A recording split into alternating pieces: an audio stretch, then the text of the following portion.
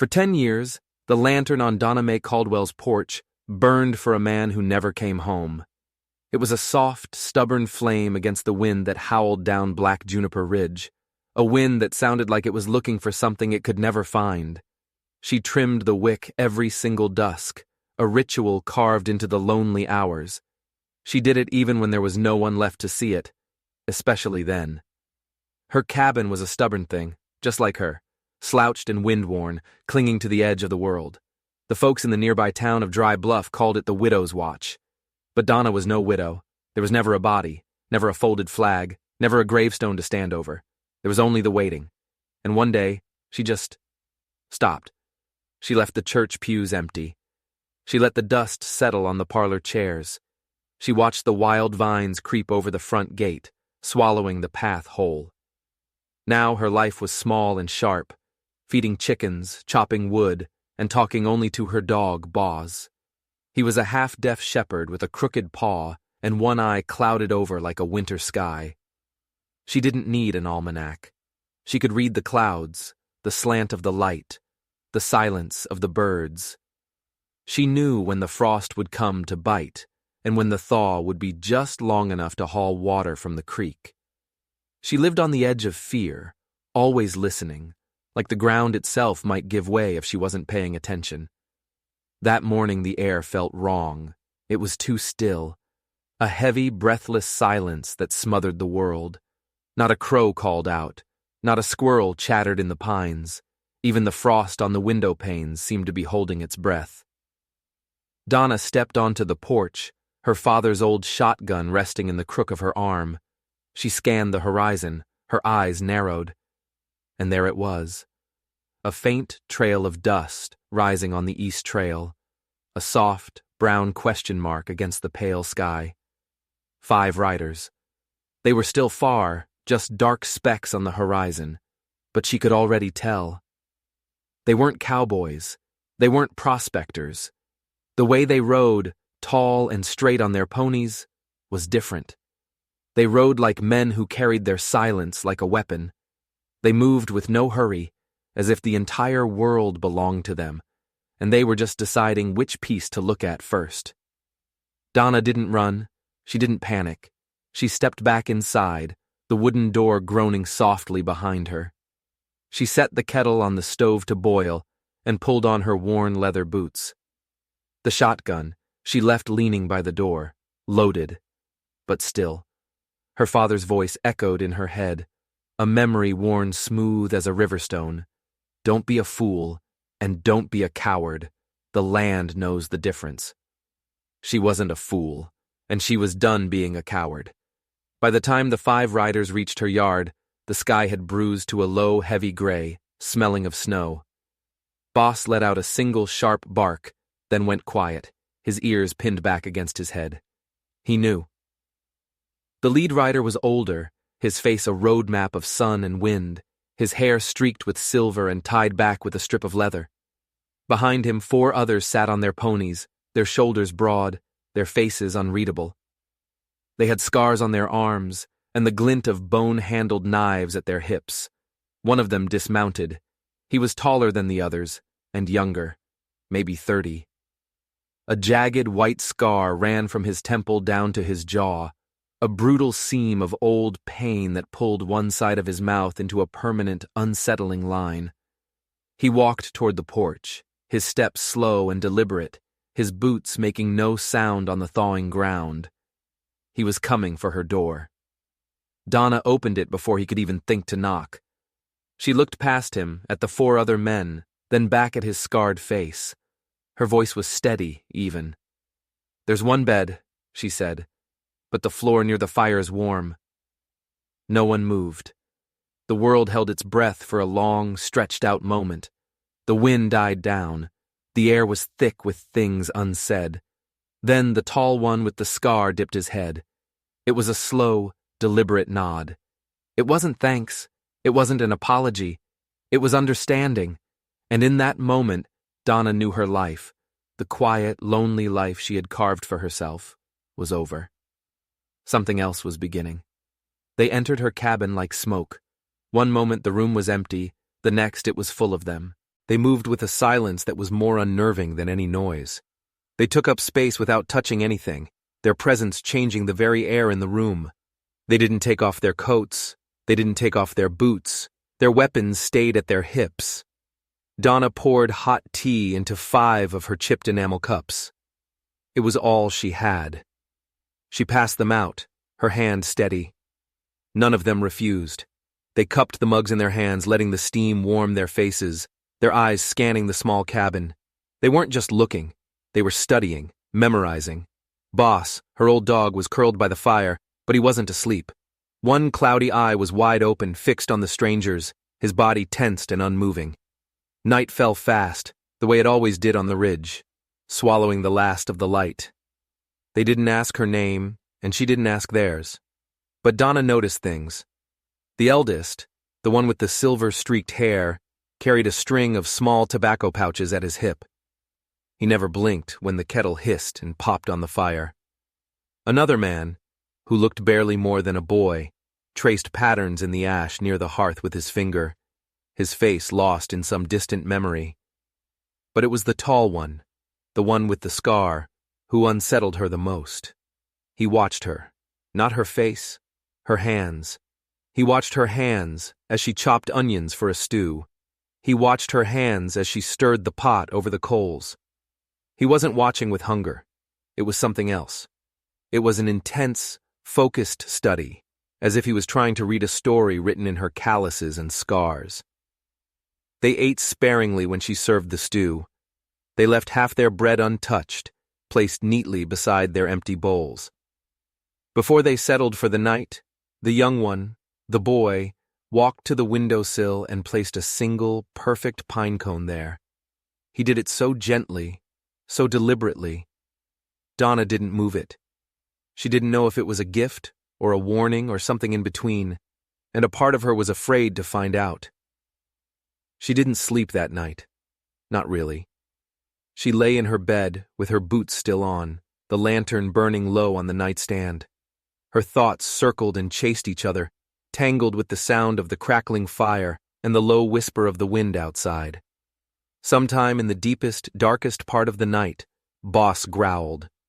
It was a low, soft rumble in his chest, like he didn't want to wake her unless he absolutely had to. The men weren't sleeping either. She could hear them, the soft shift of their bodies on the floorboards, the faint murmur of their voices in a language she didn't understand. When morning came, they were still there, and that's when things got even stranger. One of them was outside, splitting logs for her woodpile with a steady, practiced rhythm. Another was on her porch, sweeping it clean with a fallen branch. Donna blinked hard, her heart giving a strange little thump in her chest. It had been 10 years since anyone but her had touched that porch. It stirred something inside her. Not warmth, not exactly. It was a feeling she couldn't name, and it scared her more than their silence. Later that day she saw him, the tall one, the one with the scar. He was standing in her small living room, staring at the little framed photograph on her mantelpiece. Her breath caught in her throat. It was the only picture she had left. A picture of her, younger, smiling, standing next to a handsome young man with kind eyes. Jacob, the man she was supposed to marry, the man who had ridden off for supplies 10 years ago and never came back. The scarred man didn't touch the frame. He just looked at it, his scarred face impossible to read. He stood there for a full minute, his gaze locked on the photo. Then, he turned his head and looked directly at Donna, and he nodded. The exact same slow, deliberate nod he had given her on the porch. The nod of understanding. But what did he understand?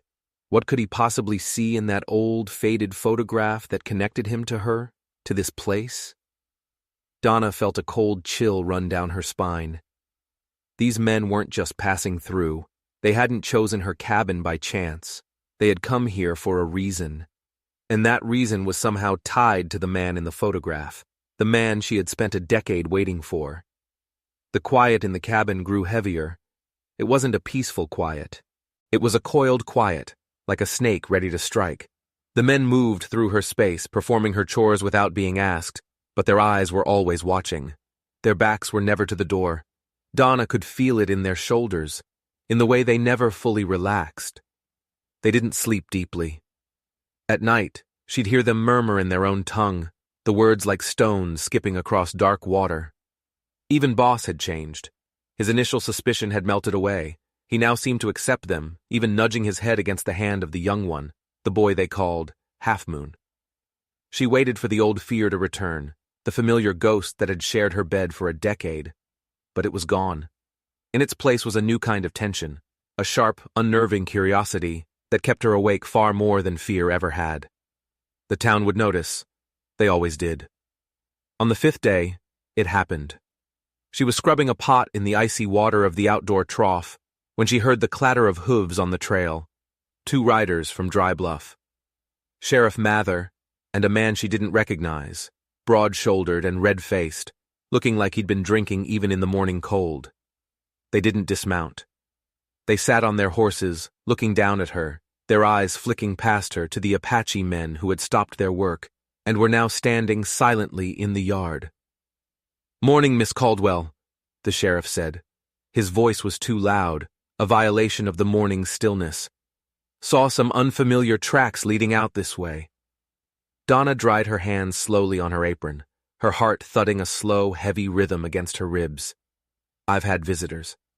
The stranger beside the sheriff let out a low chuckle. "Visitors, you sure have." Sheriff Mather tilted his hat back, his gaze hard. "You know there's been rumors, Donna. Folks in town are getting spooked. They say you've got a war party hiding out here. Dangerous sorts." One of the Apache men, the one they called Willow Teeth, smirked at that. He didn't say a word, but his expression did. "I've got no one hidden," Donna replied, her voice even as a stone. "If they wanted to be hidden, Sheriff, you never would have seen them."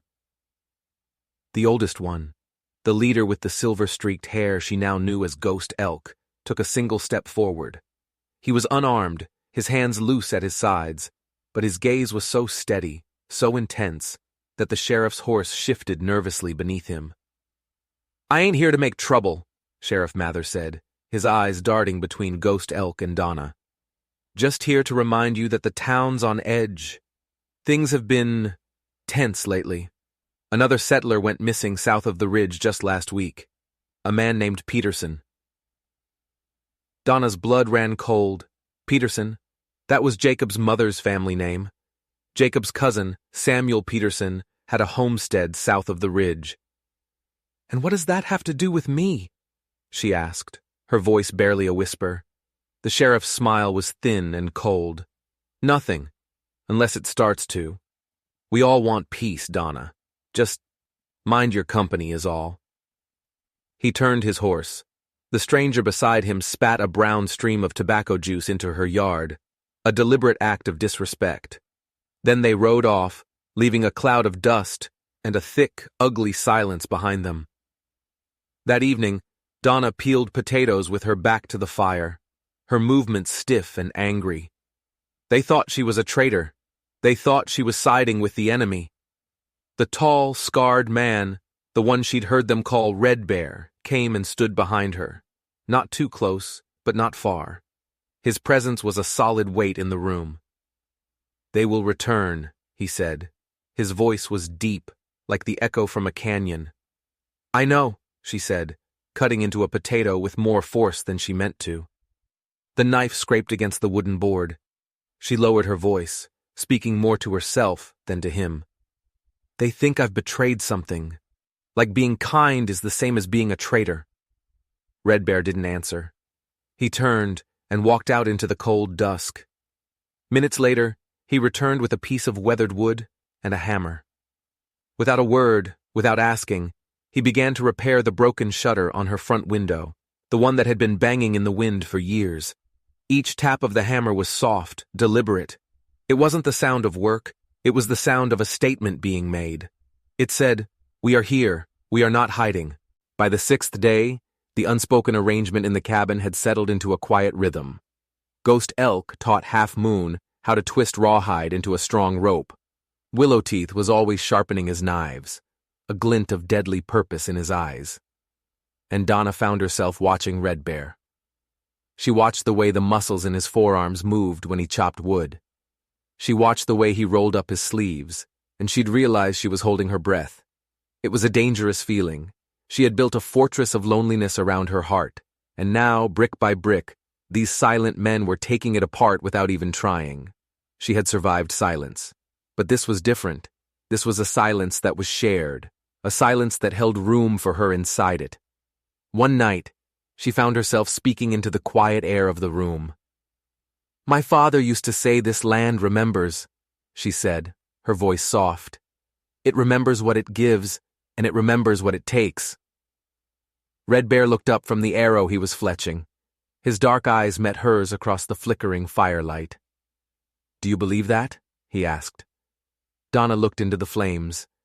"I don't know if the land remembers me," she whispered, "and I don't know if it's forgiven me for stopping my watch." There was no answer, only the crackle of the fire, and the unsettling feeling that these men, these strangers, knew exactly what she was talking about. They knew who she'd been watching for, and they knew why he never came home. Days bled into one another, marked only by the rising and setting of the pale winter sun. The tension in the cabin didn't lessen, but it changed. It became a living thing, a presence they all breathed. One morning, Donna found Red Bear's boots set by the hearth to dry, right next to her own. The sight of them there, so simple, so domestic, sent a jolt through her. It was an intimacy she hadn't allowed herself in a decade, a small crack in the wall she'd built around her life. He never crossed a line. He never entered her bedroom. He never sat at her table unless she gestured for him to. And yet, he was everywhere. His presence was woven into the fabric of her days, a quiet strength that made her chores feel lighter and the long nights feel shorter. Once, she saw him from the window, brushing snow from the spokes of her father's old wagon wheel, the one she'd leaned against the barn wall years ago and tried to forget. The wagon that had carried her mother into town on the day she was born. The same wagon Jacob had taken on his last trip for supplies. Donna hadn't been able to bring herself to touch it in 10 years. Seeing Red Bear near it, his hand resting on the weathered wood, made her chest ache with a sharp, sudden grief. That night, she said nothing about it. But before he sat down by the fire, she placed a tin cup of sweet tea by his spot. A small gesture, an acknowledgement. He picked it up and sipped it without a word. But when his eyes met hers over the rim of the cup, there was something new in them. Not a promise, not a longing. It was something quieter and far more powerful. It was a shared understanding of loss. On the 7th morning, the air felt wrong again. Willow Teeth said something sharp and low to Red Bear in their own language. Donna couldn't understand the words, but the tone was urgent, restless. Red Bear's reply was short. He didn't look at Donna when he said it, but she knew. She felt it in her bones. They were planning to leave. The thought landed in her stomach like a cold, heavy stone. She turned and walked to the barn, needing to be alone.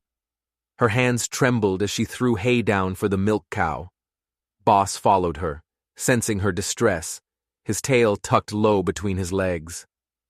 Inside the dark, quiet barn, she sank down against a stall door and stared up at the dusty rafters. It wasn't fear she was feeling. It wasn't even sadness. It was the terrifying, aching feeling of being truly seen for the first time in years, only to be left alone again in the dark. The ache of something beginning just as it was about to end. She didn't cry. She just clenched her fists until her fingernails dug into her palms, welcoming the small, sharp pain. When she finally walked back to the cabin, Red Bear was standing on the porch. He was waiting for her. He was holding something in his hand. He held it out to her. It was a pendant carved from a dark piece of wood, shaped like a coyote howling at a cluster of stars. It was beautiful and wild and sad. Donna took it. Her fingers brushed against his, and the brief touch was like a spark of lightning, startling her more than the winter cold ever had. "What does it mean?"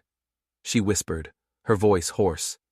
He hesitated, his gaze searching her face. "It means You opened your door when the world closed its own.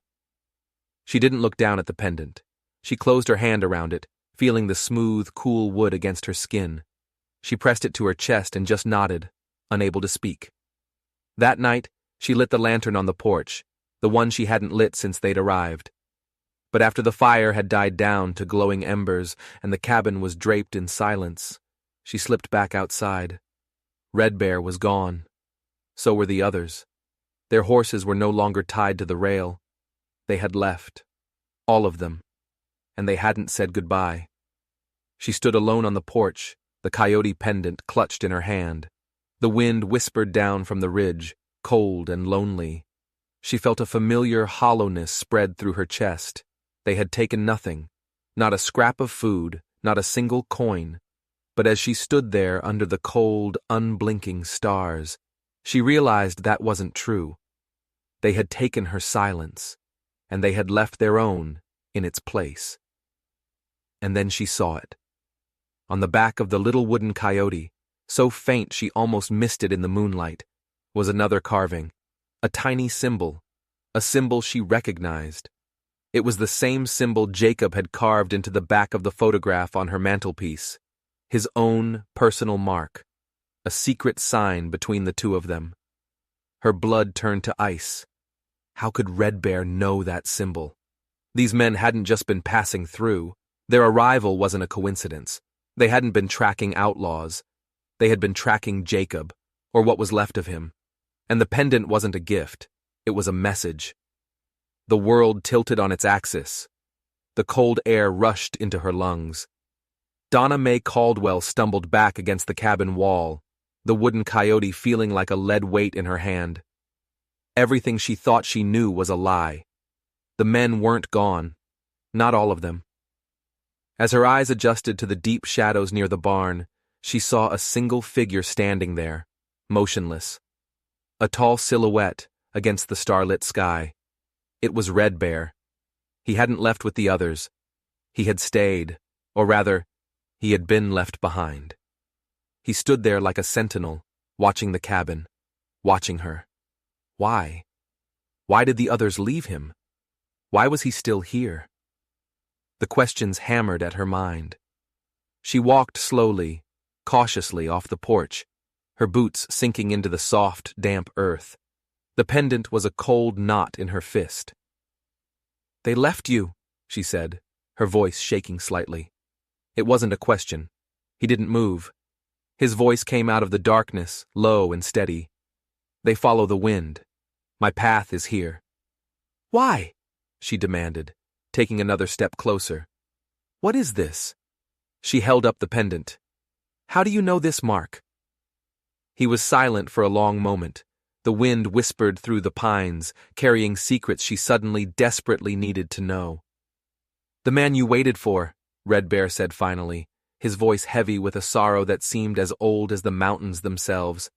"Jacob. I knew him." Donna froze. The world stopped spinning. The air left her lungs. "You... what?" "We found him, months ago, north of the ridge," Red Bear said. "He was not lost to bandits." Her mind refused to work. It was like trying to see through a thick fog. "What are you talking about? Found him where?" "In a shallow grave," he said, and the words were like stones hitting her. "He was murdered." A wave of nausea and disbelief washed over her. Murdered? No, it wasn't possible. Jacob was kind. He was gentle. He had no enemies.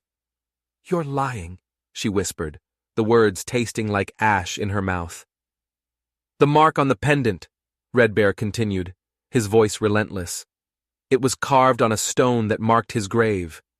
It is how we knew this was the right place. It is how we knew he belonged to you."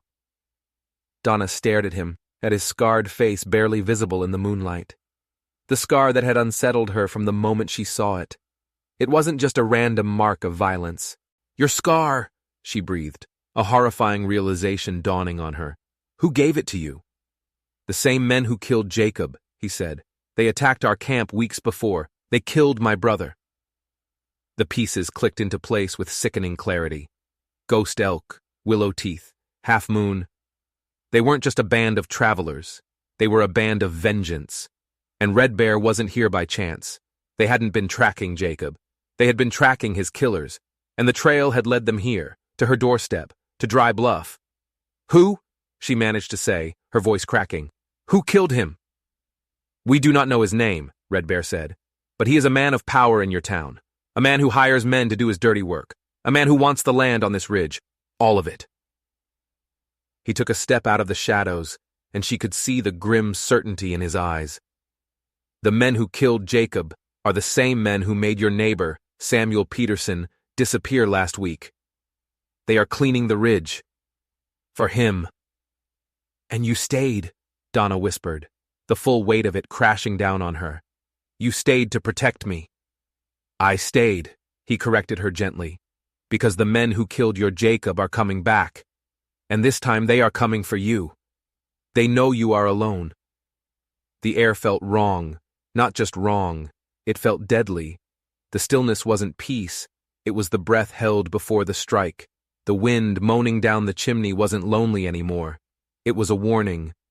The world had shrunk to the size of this small cabin, and the two of them standing in the dark. And the killers were coming. Donna didn't sleep. How could she? The truth was a physical weight, pressing down on her chest, making it hard to breathe. Jacob hadn't abandoned her. He had been stolen from her, murdered, left in a shallow grave on a cold mountainside. The grief was a sharp, jagged thing, but beneath it, something else was taking root. A cold, hard fury. She spent the night pacing the small cabin, the coyote pendant clutched in her hand, while Red Bear sat by the cold hearth, his rifle across his lap. He didn't sleep either. He just watched and listened. When the first pale light of dawn crept over the ridge, Donna had made a decision. She wasn't the same woman she was yesterday. The waiting woman was gone, burned away by the terrible truth. She walked into town. She rode her old mare down the familiar trail to Dry Bluff, but the town looked different now. Every shadow seemed to hold a threat. Every friendly face she passed could be hiding a monster. The general store fell silent when she pushed the door open. The familiar scent of coffee beans, leather, and dust suddenly felt suffocating. Mrs. Sandon, the seamstress who had known her since she was a girl, abruptly turned away, refusing to meet her eyes. Mr. Hatch, the man who always tipped his hat to her, suddenly found the floor incredibly interesting. She walked to the counter, her back straight, her chin high.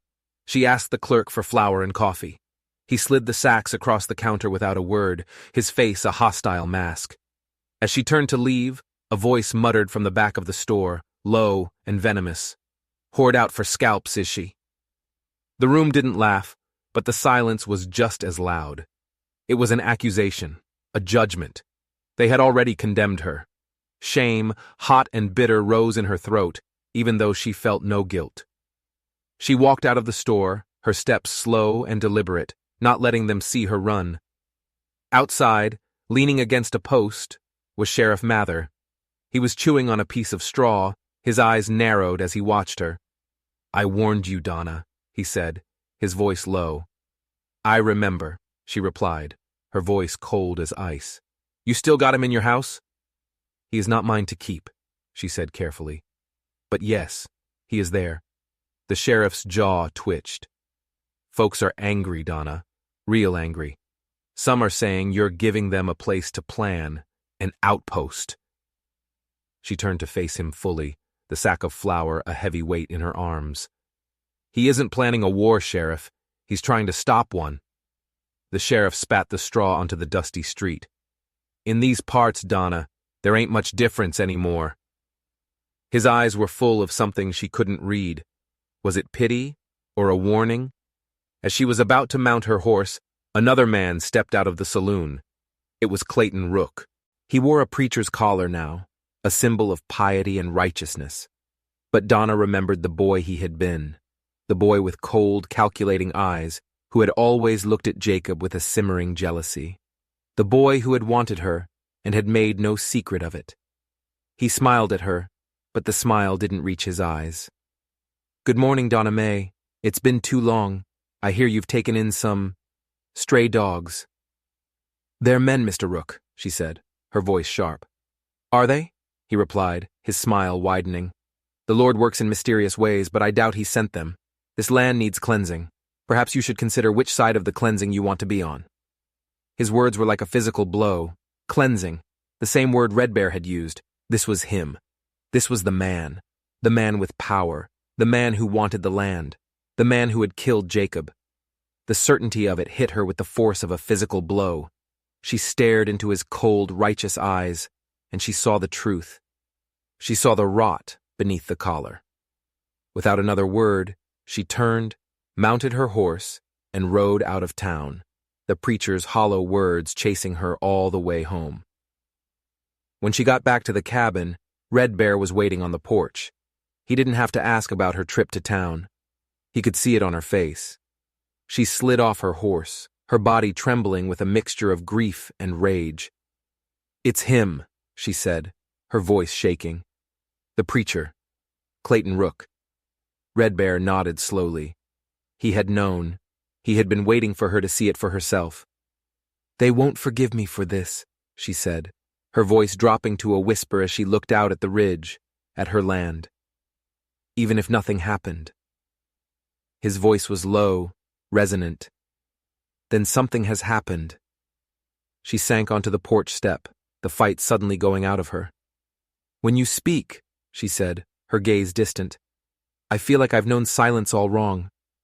My silence was about absence. Yours is about presence. Boss came and rested his heavy head on her lap, whining softly. Outside, the wind began to pick up again, faster now, harder, as if the trees themselves were arguing with the sky, and it carried with it the sound of approaching horses. This wasn't 2 riders. This was more. Many more. That was the night the men came. 6 of them, maybe more, riding out of the twilight, their figures dark against the dying light. They carried lanterns that swung and danced like angry fireflies, and they didn't bother to hide their rifles. They were a posse, a lynch mob, and Clayton Rook was at their head. Donna stood up, her heart hammering against her ribs. Red Bear moved to step in front of her, but she put a hand on his arm, stopping him. No, she said, her voice low but fierce. This is my home, my fight. She stepped off the porch to meet them, her small frame silhouetted against the warm light of the cabin. You're not welcome here, she called out, her voice carrying clearly in the tense silence. Rook urged his horse forward, a cruel smirk on his face. Neither is he snarled, gesturing with his rifle toward Red Bear, who now stood in the doorway, a silent, imposing shadow. He has done nothing to you, Donna said. His kind don't have to do anything, one of the other men shouted. Just being here is enough. Red Bear didn't move. He didn't reach for his weapon. He simply stood there, a mountain of quiet defiance. Donna took a step closer to the riders, planting her feet firmly in the dirt of her own land. You are trespassing, she said, her voice ringing with a strength she didn't know she possessed. And if you aim to threaten a woman on her own property, you'd best be sure you're on the right side of God. The mention of God from her lips seemed to infuriate Rook. He raised his rifle. He is an abomination, a heathen, and you, Donna, have sheltered him. You have chosen your side. And then Red Bear finally moved. He stepped out of the doorway, moving in front of Donna. A living shield. He did not draw his knife. He did not raise his rifle.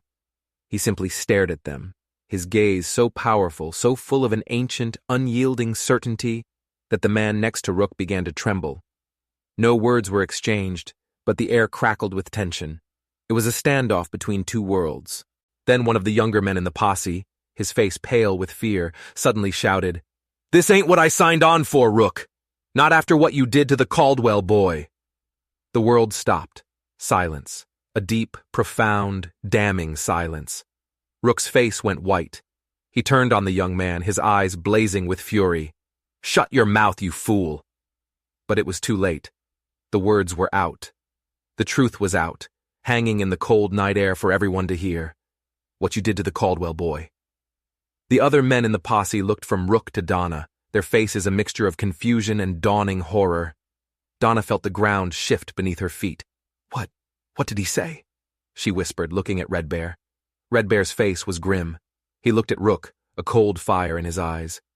"He said the truth," he said, his voice ringing out across the yard.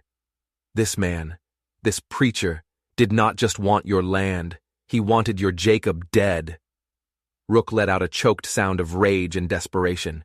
He swung his rifle around, aiming it wildly. "Lies! All lies from a savage tongue!" But the seed of doubt had been planted. The posse was falling apart. And then, from the darkness of the trees behind them, a new voice called out, "It ain't a lie, Rook." Everyone froze. A single rider emerged from the shadows of the pines. It was Sheriff Mather, and he wasn't alone. Behind him were two deputies, their guns drawn and ready. "I got a sworn statement from young Billy here an hour ago," the sheriff said, nodding toward the terrified young man in the posse. "He saw the whole thing, saw you and your hired men corner Jacob Caldwell up on the North Ridge, saw you give the order." Clayton Rook stared at the sheriff, his face a mask of disbelief and fury. He was trapped, exposed. "You have no proof!" he shrieked. "Oh, I think we do," the sheriff said calmly. He looked past Rook, his gaze landing on Red Bear. "This man and his friends brought me something this afternoon, something they found buried with Jacob's body." The sheriff held up a small, leather-bound book. Donna gasped. It was Jacob's journal, the one he always carried with him. "His last entry is quite illuminating," the sheriff said, his voice dripping with contempt. "It talks about a man who wanted his land, who threatened him, a man he calls the black-hearted preacher." Rook let out an animalistic roar of fury and swung his horse around, trying to flee. But it was over. Red Bear moved like a striking snake. In 2 long strides he was there, pulling the sputtering, furious preacher from his horse and throwing him to the ground. He didn't use a weapon. He used his bare hands. The rest of the posse just sat on their horses, stunned and shamed, as the deputies moved in and put Rook in irons.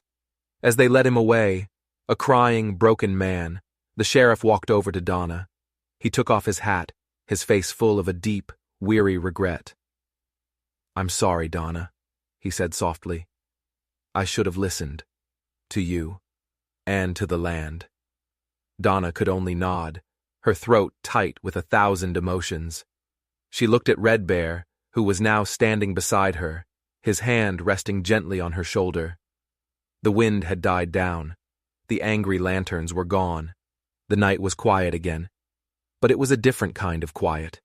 It was the quiet of justice, the quiet of truth, the quiet that comes after the storm has finally passed. The world was washed clean. The rain had stopped, leaving the air smelling of pine and damp earth. The sun rose pale and new over the ridge, its light catching in the puddles, making the world glitter. They buried Jacob in the small family plot behind the cabin, next to his parents. It wasn't the wedding she had dreamed of, but it was a final, solemn promise kept. Red Bear stood beside her, his presence a solid, comforting weight against the crushing grief. He didn't offer words, he offered stillness. He offered strength. The news of Clayton Rook's arrest and confession spread through Dry Bluff like a wildfire. The town was rocked by the scandal, shamed by its own blindness and prejudice. The men from the posse came to her, one by one, hats in hand, their faces etched with guilt, offering apologies that sounded hollow in the vast quiet of the mountains. Donna accepted them with a grace she didn't feel, a quiet dignity that left them more ashamed than any angry words could have. Sheriff Mather returned Jacob's journal to her. She spent the long evenings by the fire reading his words, his familiar handwriting filling the pages. It was like hearing his voice again. He wrote of his love for her, of their future, of the cabin he wanted to build for them on the hill, and he wrote of his growing fear of Rook, the black-hearted preacher who was buying up land using threats and fear, a darkness hiding behind a collar. His last entry, written in a frantic, shaky hand, described being followed. "Rook knows I know. He's coming."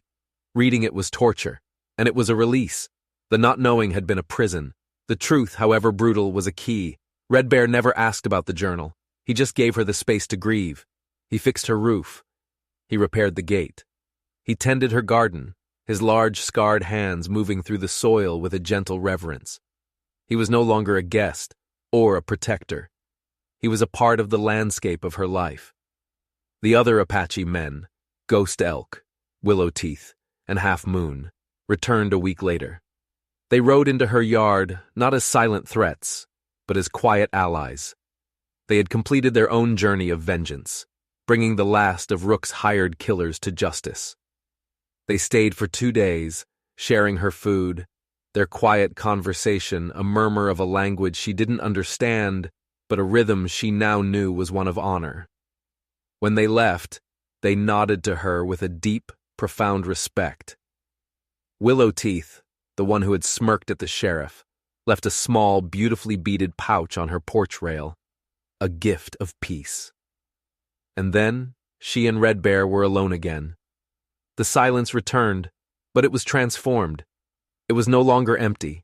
It was full of shared history, of battles won, of a peace that had been fought for and earned. One evening, as they sat on the porch, watching the sun bleed its colors across the sky, Donna finally spoke the question that had been sitting in her heart. "Why me?" she asked, her voice soft. "Why this cabin? Why did you choose to stay?" Red Bear was quiet for a long time, watching the last sliver of sun disappear behind the mountains. "When my brother was killed," he began, his voice a low rumble, "I lost my path. My spirit was a ghost on the wind. We tracked his killers for months, and the trail was cold and full of ghosts. Then we found the grave. We found your Jacob." He turned to look at her, his dark eyes holding a depth she could fall into. "When we saw the mark he had left behind, the coyote sign, we knew he had not died alone. His spirit had waited, and it led us here, to this place, to the woman who kept a light burning in the window." He paused, his gaze dropping to her hands, which were resting in her lap. "In my visions, I saw these hands. Hands that could heal, hands that could build, hands that could fight. I saw a spirit as strong as the mountain. I did not choose to stay, Donna Mae." He looked up, and his eyes met hers. "My path led me home." A warmth spread through Donna's chest, a feeling she had long forgotten. It wasn't the giddy flush of a young girl's love. It was something deeper, stronger, the quiet, certain knowledge of being found. She looked at her hands, the hands he had seen in his visions, the hands that had held on to grief for a decade and had then learned to hold a weapon, to fight for what was right. She reached out and placed her hand over his. His skin was rough, calloused, but warm. It felt like coming home. The lantern on the porch stayed dark. She didn't need it anymore. She had found a different kind of light, a different kind of flame. It wasn't a light to guide a lost love home. It was a fire to build a new life on. Together, they sat on the porch and watched the stars come out, one by one, filling the vast, dark sky. The wind whispered through the pines, no longer a moan of loss, but a soft song of peace. The house behind them stood strong, its scars telling a story of survival. The garden slept, ready for a new season, and the land, the ancient knowing land, finally felt like it was at peace. For the first time in 10 years, Donna Mae Caldwell wasn't waiting for her life to begin. She was living it. If you enjoyed this story, don't forget to hit that subscribe button and ring the bell so you don't miss our next descent into the shadows. Let us know in the comments below, what would you have done if you were in Donna's shoes? Until next time, stay safe and always check who's knocking at your door.